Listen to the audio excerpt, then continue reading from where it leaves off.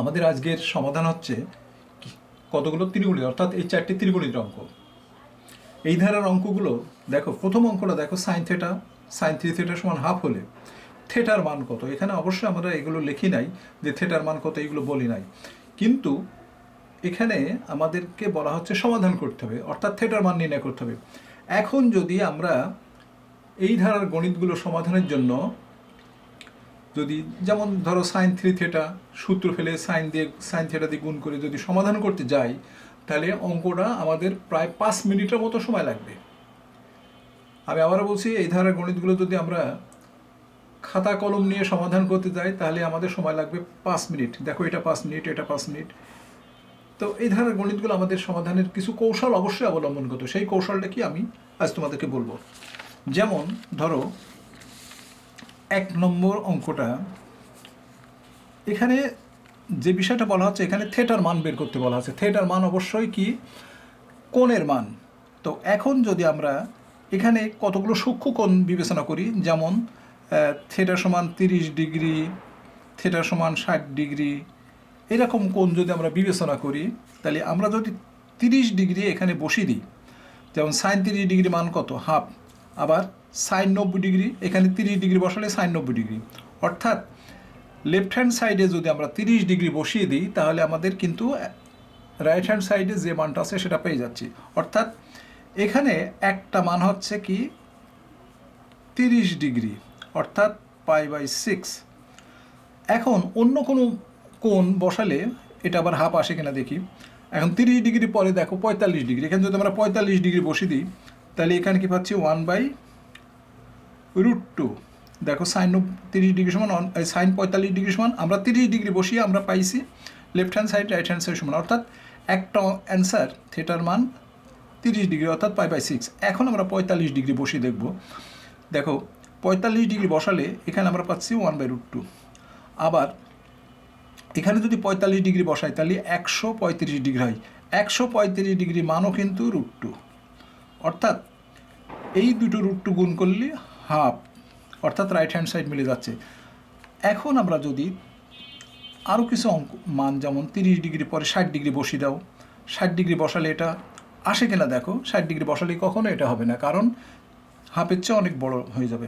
সেই জন্য এই ক্ষেত্রে এই অঙ্কটার সলিউশন হচ্ছে 30 ডিগ্রি এবং 45 ডিগ্রি।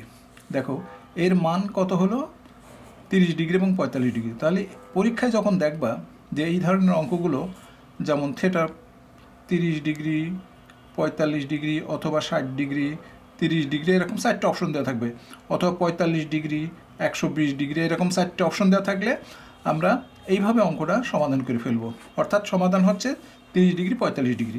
এখন আমরা 2 নম্বর অঙ্ক আসলাম, দেখলাম 2 নম্বর অঙ্কে কি বলা হচ্ছে যে cos theta, cos 2 theta, cos 3 theta এর মান হচ্ছে 1/4। এখন এই মানগুলো কিভাবে আমরা, ওই একই রকম, তুমি প্রথমে 30 ডিগ্রি বসিয়ে দেখো, 30 ডিগ্রি, এখানে 30 ডিগ্রি বসালে শূন্য হয়ে যায়। দেখো cos 3 ডিগ্রি মানে 90 ডিগ্রি, তাহলে এটা শূন্য, তাহলে 30 ডিগ্রি আমাদের এখানে গ্রহণযোগ্য না। 45 ডিগ্রি বসালেও দেখো 45 ডিগ্রি 1/√2, 45 ডিগ্রি বসালে এটা শূন্য হয়ে যায়, অর্থাৎ 45 ডিগ্রিও এটা গ্রহণযোগ্য না। 60 ডিগ্রি বসিয়ে দেখো, 60 ডিগ্রি বসালে এখানে একটা হাফ আসবে, এখানে 60 ডিগ্রি বসালে -1 হাফ আসবে, কারণ 120 হচ্ছে। আবার এখানে যদি 60 ডিগ্রি বসা যায়, 180 ডিগ্রি, cos 180 ডিগ্রি -1, তাহলে আমরা এই মানটা পাচ্ছি 1/4। দেখো 1/4 আমরা পেলাম কত বসিয়ে, আমরা 60 ডিগ্রি বসিয়ে পাচ্ছি, তাহলে এর একটা মান হচ্ছে 60 ডিগ্রি, অর্থাৎ π/3। এখন আমরা 90 ডিগ্রি বসালে তো আমাদের 0 হয়ে যাবে। 120 ডিগ্রি বসিয়ে দেখো, 120 ডিগ্রি বসালে এটা -1/2, দেখো এটা -1/2। 120 ডিগ্রি বসালে এটা কি -1, এটা -1/2, এখানে একটা -1/2 আসছে, আর একটা হাফ আসছে, আর একটা -1/2 আসছে, অর্থাৎ এই মানটা আমরা পাচ্ছি 2 π/3 দিয়ে এবং 60 ডিগ্রি, অর্থাৎ 60 এবং 120 ডিগ্রি হচ্ছে এর সলিউশন। এরপর আমরা চলে আসলাম আরেকটি অঙ্ক দেখো, এই যে 3 নম্বর অঙ্ক দেখো। 3 নম্বর অঙ্ক কীভাবে আমরা সমাধান করব? 3 নম্বর অঙ্ক সমাধান করতে হলে আমরা এটা তো দেখছি যে এটা লেখা যায়, দেখো সূত্র অনুসারে এটা লেখা যায় cos π/8, আবার এটা লেখা যায় sin স্কয়ার π/8। দেখো এটা ছোটো করে নিলাম, এটা ছোটো করে নিলাম। এখন এখানে একটা 1/4 দিয়ে গুণ করছি, আবার বাইরে 1/4 নিয়ে আসলাম। দেখো এখানে কি করছি,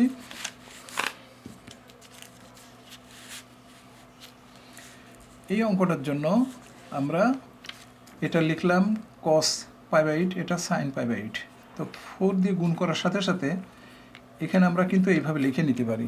দেখো 2 sin π/8 cos π/8 হোল স্কয়ার কিন্তু আছে 1/4, এটা sin স্কয়ার π/4 হয়ে গেল। দেখো সূত্র পড়ে গেল। তো সাইন এখানে 1/4 আর এখানেও 45 1/√2, তা হোল স্কয়ার আছে বলে 1/2 হলো, তাহলে এর মান হচ্ছে 1/8। দেখো এই অঙ্কটার মান হচ্ছে 1/8। কীভাবে বললাম সেটা নিশ্চয়ই বুঝতে পারছো। দেখো আমরা 4 দ্বারা গুণ করেছি, 4 দ্বারা ভাগ করেছি, এটা সূত্র পড়ে গেছে সাইন থেটা, 2 sin থেটা, অর্থাৎ 8 ছিল 4 হয়ে গেছে। তো sin π/4 এর মান হলো 1/√2, 1/√2 হোল স্কয়ার করলে 2 হয়, আর আগের 1/4 অর্থাৎ 1/8 অ্যান্সার। এরপর আমরা চলে আসলাম 4 নম্বর অঙ্ক। দেখো এই অঙ্কটা আমরা সাধারণত বইয়ে এই অঙ্কগুলো আমরা বারবার করে থাকি। a + b সমান π/4, অর্থাৎ 45 ডিগ্রি হলে এরকম একটা অঙ্ক থাকে 1 + tan a 1 + tan b সমান, প্রমাণ করো লেফট, এটা সমান যদি এটা হয়, অর্থাৎ a + b সমান যদি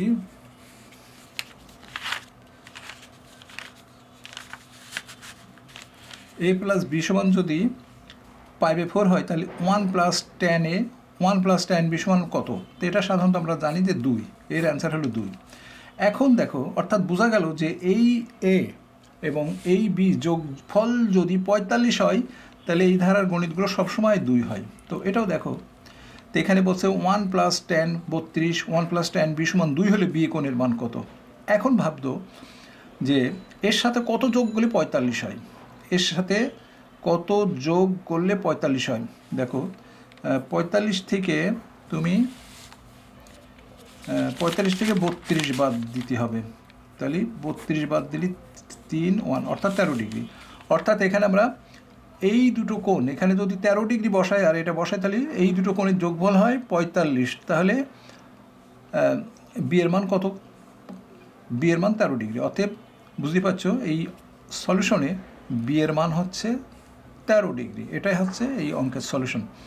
তো বুঝতে পারছো আমাদেরকে অনেক সময় গণিতকে সহজ করে সরল করে সমাধান করতে হলে কিছু নিয়ম অবশ্যই আমাদেরকে জানতে হবে, যে নিয়ম জানা থাকলে আমরা পরীক্ষায় ভালো ফল করতে পারবো। তো আজ এই পর্যন্তই।